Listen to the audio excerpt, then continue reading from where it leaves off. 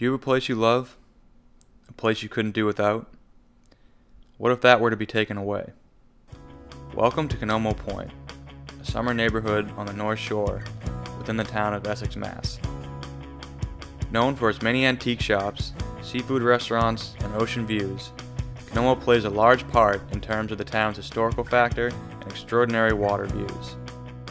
The neighborhood has been in existence for well over 100 years, and most of the homes have been around since the late 1800s.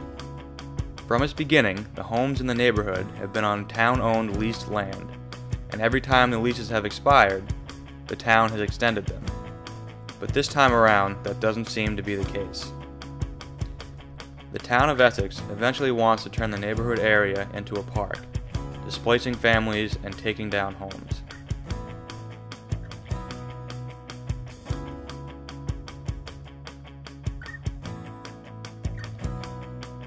Well, my name's Christopher Davis. Some people call me Artie. I don't know why, but they do. I became part of this community pretty much after I was born, a month and a half after I was born. I've been coming up here for the better part of almost 54 years. Our family's been up here. My mother's been up here since she was born in 1927. My grandfather since 1901, my great-grandfather since somewhere in the 1880s. So we've been part of this community, our family's been part of this community for the better part of probably 150 years. My name is Clint Smith, and I don't think anybody would know me as Clint Smith at Conomo Point. They know me as Gig Smith. I've lived at Conomo in the summer. It's a summer residence for approximately 35 years. My name's Heidi Lane, and I actually was born in this house. This is the house that my family had when I was born. I was born in November, so I wasn't actually born in this house, but my first summer as a 9-month-old or however old I would have been. We lived here until I was 10. And then we moved into my grandparents' house across the street. And then my brother took this house over. When we lived here, it was very much a cottage, very different looking down here than it is now. And he renovated it and made it year-round, and he lived here for a while. And then when he moved out, I said, I got dibs, and I moved back in here 13 years ago. And I've lived here year-round ever since. My name's Paul Collins, and I live at 31 Middle Road, Conomo Point. And I've been here for 5 years, and we found this place where on the internet.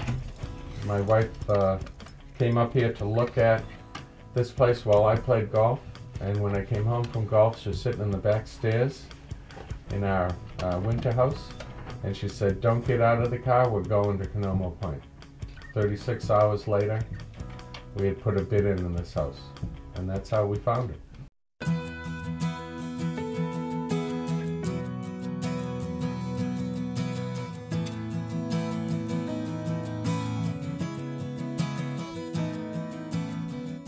First thing that comes to my mind when I start thinking about getting ready to go to Conomo Point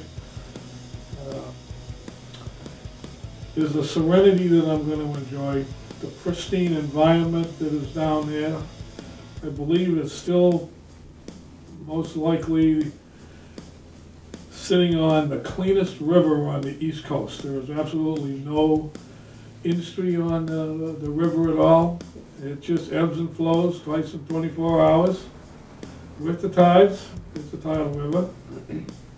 And it's just absolutely gorgeous. Sitting on the front porch, just hanging out. I mean, it's a great place to do nothing. You know, you don't come here and have this full agenda. And then the day kind of takes care of itself. It's such a social place. People walk by, you end up on someone's porch, they end up on your porch. It's totally impromptu. And everyone seems like they're in a good mood. Weather's beautiful. You know, it's a great place in the summer. But it's that kind of community. You walk into the house, you don't ring a doorbell, you knock on the door, you know, and just scream through the screen door, you know, "This is Chris, I'm coming in," and pretty much everyone lets you in. So it's a very tight community where everyone would help anyone. There's not probably a day that goes by where you don't ask someone, do you need some help with something. Immediately, it's home. It's the safe haven. This is where I want to be. This is where I want to come. This is where I want to spend my time. You know, and it's the place, but it's also all the people. You know, families here, friends are here. You know, it's comfortable. It's, you know, you are who you are, and everybody's accepting of that, and you know, they've known you forever. You know, it's like that one big extended family.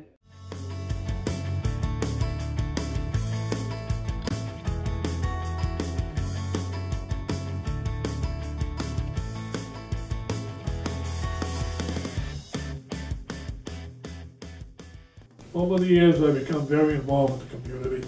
And lo and behold, somebody come and asked me if I would like to serve on a committee for helping the waterfront, setting a floats in, right on up to how would you like to become president of the organization? I've been, you know, member of the CPA, treasurer for the CPA, and officer, community spokesman for the political stuff, negotiator for the political stuff with the town, liaison to the town. You know, it's been extremely involved. Now the biggest thing I do is Urba, is the kayaking, and it's so much fun to bring people out on the water. They pick up kayaking in, you know, 5 minutes or 10 minutes. I mean, some people don't ever, but you know, most people get the hang of it so quickly, and it gives you a different perspective of this place, because when you've lived here for so long, sometimes you take it for granted and you don't realize what a phenomenally beautiful place it is. We do fund our own fireworks. So we will get a community of 200, 300 people down there to watch out on the front, off the front road, off of my mother's home, and we'll blast them up from 9 till midnight, and probably about $3,000 worth of fireworks that we get. The police come down here, and they actually just stop the cruiser and watch the fireworks. And it's not quite like the Esplanade in Boston, but it does have its own community bonding part of it, and that's a very neat thing that we do every year, and it's just people expect it, and we have our own fireworks brigade. That there's about, I think, 6 or 8 of us in it. It's a great thing. It bonds us together as a family to boot.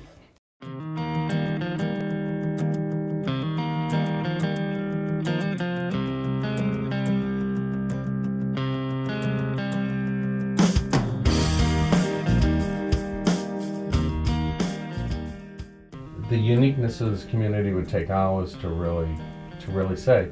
But one short example is, as you know, my father-in-law was a part of this community for 3 years until he passed. And so the people here only got to know this guy for 3 years in the summer. And when he passed and had a memorial service in Winchester, 30 miles away, half the people that came to the memorial were people from Conomo. And that's an amazing statement right there. To know that the family, you know, all the families, or a lot of the families, have been here for so long, it does really create a sense of home, you know, a sense of, and it becomes much more like extended family than neighbors. You know, I don't think of them as neighbors, I truly think of them as extended family, you know. And this is gonna sound really bad, and I don't mean it this way, but you're kind of stuck with them. You know, it's like your family. You have to enjoy your family, because they're the only family you have. And it's sort of the same thing with all the people around here. If I met them at work or I met them on the street, they wouldn't necessarily be my best friends, because maybe we don't have a lot in common or whatever, but I've known them forever, so by default, they're my extended family, you know. It's as comfortable as an old pair of shoes. Well, one of the great things that our family does is myself and my nephews and my brother and some friends, we go out in our we have a 16-foot tin boat with a 40 horsepower on it. And we've probably had more fishing competitions among the family to catch striped bass. And we'll go out there for hours, you know, and we'll leave sometimes at 6 in the morning, we'll leave sometimes at 6 at night, depending upon if it's high tide or low tide. And we'll just go out there until we all the bait we have until we finish up all the bait that we have. You know, typically a couple boxes of sea worms, and it's a lot of fun because it's a friendly competition. You know, no one wants to lose, and everyone wants to win.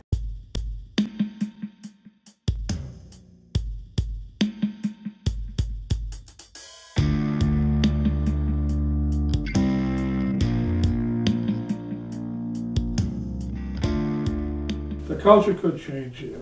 With the politics in town and the legislation that's gone down and the new leasehold environments, and it's a work in progress right now, and the community is trying to work with the town to smooth this transition out and hopefully keep it affordable for the class of folks that are primarily the core culture of the neighborhood. And that's one of the sad things is you drive around and you see the for sale signs. You know, there are families that have been here for generations that they're not going to be able to afford it, and they know they're not going to be able to afford it. It is dramatically more expensive than what people are used to. You know, and you can argue, is it fair or is it unfair, but it's just simply more 5 to 6-fold more expensive than what we had last year, and it'll rise slowly. This is all leased land, and we had a lease for 100 years and then 2 extensions of 10 years since then, and now we're going to extend the lease for perhaps 1 year, maybe 2, maybe 3. If something isn't done about that, we can't flatten out the financial picture, we're going to lose a tremendous amount of core families that have been there for generations.